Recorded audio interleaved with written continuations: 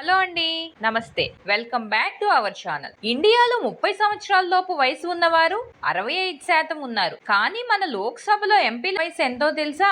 54. లోక్సభలో మొత్తం 545 సీట్లకు కేవలం 65 మంది ఎంపీలు మాత్రమే 45 సంవత్సరాల లోపు వయసు ఉన్నవారు ఉన్నారు. అంటే 12% మాత్రమే. మనకు స్వాతంత్రం వచ్చినప్పుడు 30 సంవత్సరాల లోపు ఎంపీలు 21% ఉండేవారు. కానీ నిదానంగా అది తగ్గుతూ వస్తుంది. యువత ఎంపీలుగా ఎందుకు రావటం లేదు? దానికి కారణం ఏంటి? రాజకీయాల వల్ల రావటం లేదా? లేదా కొత్త వాళ్లకు అవకాశాలు లేవా? లేక కుటుంబ నేపథ్యం ఉండాలా? దీనికి కారణం మీరేమంటారో కామెంట్ చేయండి. యువతరం వస్తేనే కదా సమాజాన్ని మార్చగలిగేది.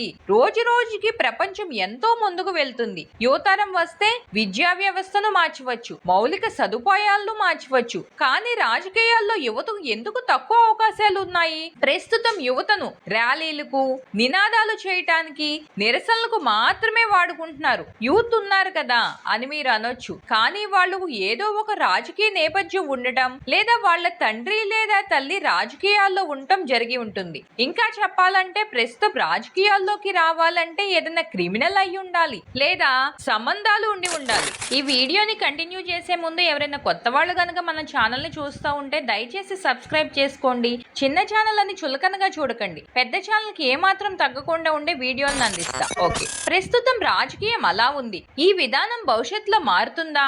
ఏదైనా మార్పులు రావచ్చా? అదే ఈ వీడియోలో తెలుసుకుందాం. మనలాంటి యువత రాజకీయాల్లో ప్రవేశించాలంటే ఒకటి డబ్బు అయినా ఉండాలి, లేదా కుటుంబ శక్తి అయినా ఉండాలి.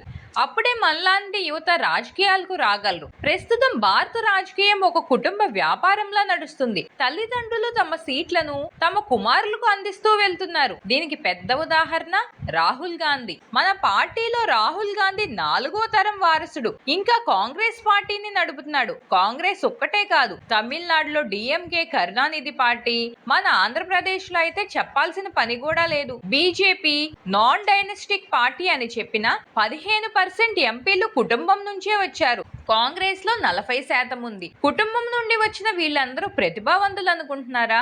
లేదు, కొంతమంది మాత్రమే ప్రతిభావంతులు. కానీ మిగతా వారందరూ కుటుంబ సీట్ల నుండి వచ్చిన వాళ్లే. మనలాంటి సాధారణ ప్రజలకు రాజకీయాల్లో ప్రవేశించడానికి 0% మాత్రమే అవకాశాలు ఉన్నాయి. 2014లో ఒక సర్వే ప్రకారం 46% ఓటర్లు కుటుంబం నుంచి వచ్చిన అభ్యర్థులకు ఓటు వేస్తామంటే 54% మంది ఓటర్లకు కుటుంబం నుంచి వచ్చిన వారికి ఓటు వేయటం ఇష్టం లేదంట. కానీ ఎవరైనా కొత్త వ్యక్తి ఉంటే వాళ్ళని ఏదో చిన్న చూపు చూస్తారు. మన మనస్తత్వం అలా మారిపోయింది. మనకు ఒక అభిమాన పార్టీలు ఉన్నాయి. మీరు అవునన్నా కాదన్నా అది నిజమే. చేతిలో డబ్బులు పడాలి అభ్యర్థుల నుంచి. మనకు నచ్చిన పార్టీ వాళ్ళకే ఓటు వేయాలి. అలా మన మైండ్ సెట్ తయారైంది. కొత్తగా ఎవరు వచ్చినా వాళ్ళని పట్టించుకోవటం పక్కన పెడితే వాళ్ళను వేధిస్తారు. మీలో ఒకరైనా మీ ప్రాంతంలో స్వతంత్రంగా నిలబడిన ఎంపీ పేరు చెప్తారా?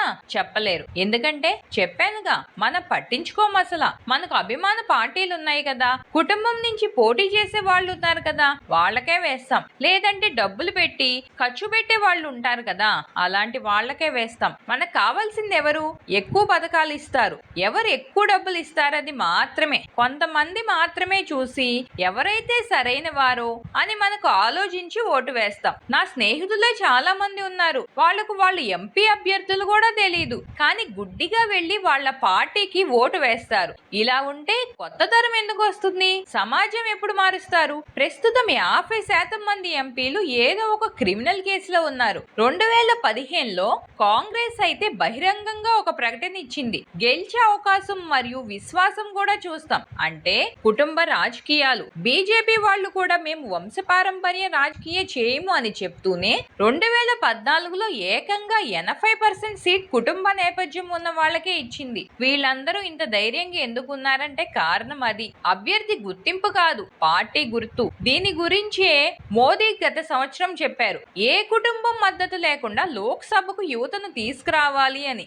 కానీ అది అయ్యిందో లేదో పక్కన పెడితే అలా రావచ్చు అని ప్రాథమిక ఉదాహరణ మాత్రం ఆయనే. ఏ కుటుంబ మద్దతు లేకుండా ఒక ప్రధానమంత్రి అయ్యాడు. అది చాలా గొప్ప విషయం. ఇండియాలో రాజకీయాలు ఒక ఖర్చుతో ఖర్చుతో కూడుకున్నది. అది ఒక ఎక్స్పెన్సివ్. ఒక ఎమ్మెల్యే సీటు కోసం కొన్ని పార్టీలు ఏకంగా 50 కోట్లు డిమాండ్ చేస్తాయి. ఇలా ఉంటే సాధారణ ప్రజలు ఎవరొస్తారు చెప్పండి మంచి చేయాలని? ఏదైనా ప్రభుత్వ ఉద్యోగం రావాలంటే క్రిమినల్ కేసులు ఉన్నాయా లేవా అని చెక్ చేసుకున్నప్పుడు, రాజకీయ నాయకులు అవుతున్నప్పుడు వాళ్ళ మీద ఏమైనా క్రిమినల్ కేసులు ఉన్నాయో లేవా అని ఎందుకు చెక్ చేయరు? వీళ్ళందరూ జనాలకు మేము మిమ్మల్ని ఎక్కడికో లేపుతాం, అవి చేస్తాం ఇవి చేస్తాం అని డబ్బులు ఖర్చు పెట్టి గెలిచాక డబ్బులు రాబట్టుకుంటున్నారు. ఒక ఎమ్మెల్యే సీటుకు 50 కోట్లు ఖర్చు పెట్టి డబ్బులు ఏమీ ఆశించకుండా సహాయం చేస్తారని మనం ఇంకా నమ్ముతున్నాం చూడండి. అది మన తప్పు. నేను కొన్ని దేశాల మీద వీడియో చేశాను. ఆ దేశాలు అసలు ఎలా అభివృద్ధి చెందాయని. నాకు కనిపించిన మొదటి సమాధానం ఏమిటో చెప్పాను ఆ వీడియోలో. అవినీతి. అవినీతి లేకపోతే ఎంత వేగంగా అభివృద్ధి చెందవచ్చో ఆ దేశాలు చాలా ఉన్నాయి. ఇంకొకటి కుల వ్యవస్థ. ఇక్కడ ఈ అభ్యర్థి నిలబడితే ఎక్కువ సీట్లు వస్తాయి. మన కుల ప్రజలు ఎక్కడ ఎక్కువగా ఉన్నారు అని వింటూనే ఉన్నాం. ఫైనల్ గా చెప్పేది ఏంటంటే, రాజకీయాల్లో మనలాంటి యువత రావాలంటే అది చాలా కష్టం. ఒకవేళ వెళ్ళాలంటే మనం కింది స్థాయి నుంచి పనిచేసి అది వాళ్ళు ఎప్పుడో గుర్తించి సీటు ఇచ్చేసరికి మనకు 50 పైన వయసు వస్తుంది. ఎవరైనా మనలాంటి యువతే కదా డబ్బులు ఖర్చు పెట్టుకోకుండా వస్తే అప్పుడు కదా అసలైన అభివృద్ధి వచ్చేది.